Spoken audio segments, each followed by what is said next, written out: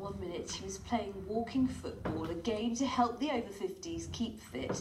The next, John Lippett from Sussex had collapsed and was on the floor. His heart had stopped. Well, very luckily for John, his teammates used a nearby defibrillator and CPR to keep him going before an ambulance crew arrived.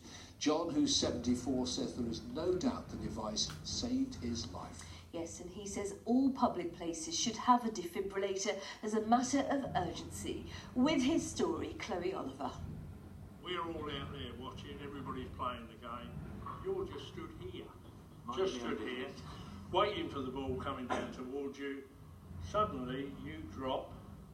Back at the spot where he suddenly collapsed and stopped breathing during a game of walking football. John from Middleton in Sussex has no memory of collapsing, but knows he's lucky to be alive.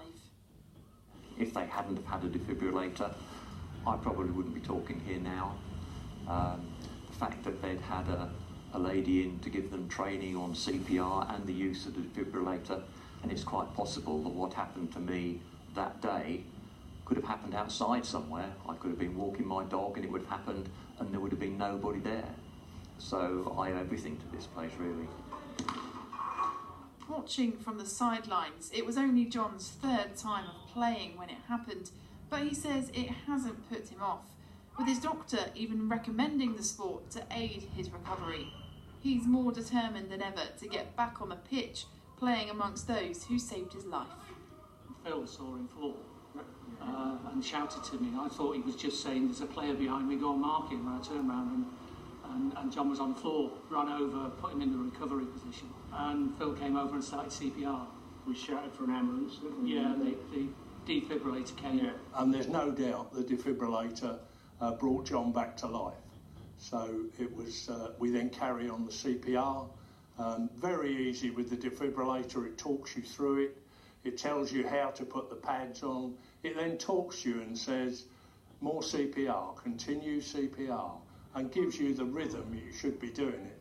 The incident hit home for many of the players at the Arun Arena Allstars, seeing firsthand just how simple yet effective the devices can be. Everywhere I go now, I keep asking where the defibrillator is. Yes. I checked out, they've got one at the golf club. I found out where that was. I didn't have a clue before.